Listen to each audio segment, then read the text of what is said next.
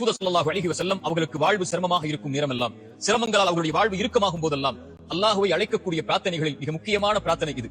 யா ஹய்யு யா கய்யூம், உயிருள்ளவனே நிலையானவனே, பிரஹ்மதிக அஸ்தகீது, உன் அருளை கொண்டு உன்னிடத்திலே உதவி தேடுகிறேன், உன் ரஹ்மத்தை கொண்டு உன்னிடத்திலே பாதுகாப்பை தேடுகிறேன். அல்லாஹ்வுடைய தூதர் ஸல்லல்லாஹு அலைஹி வஸல்லம் சொல்வார்கள்.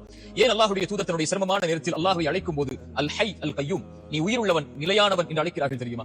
குர்ஆனில் அல்லாஹ் ரப்பல் ஆலமீன் அவருடைய மகத்துவமிக்க வசனங்களாக பதியக்கூடிய வசனத்தில் ஒன்று ஆயத்துல் குர்சி. நாம் அறிந்தது.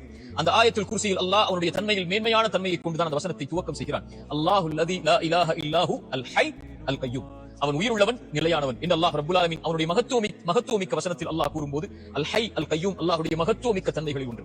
அவன் உயிருள்ளவன், அவன் தான் எல்லாவற்றிற்கும் உயிர் கொடுக்கக்கூடியவன்.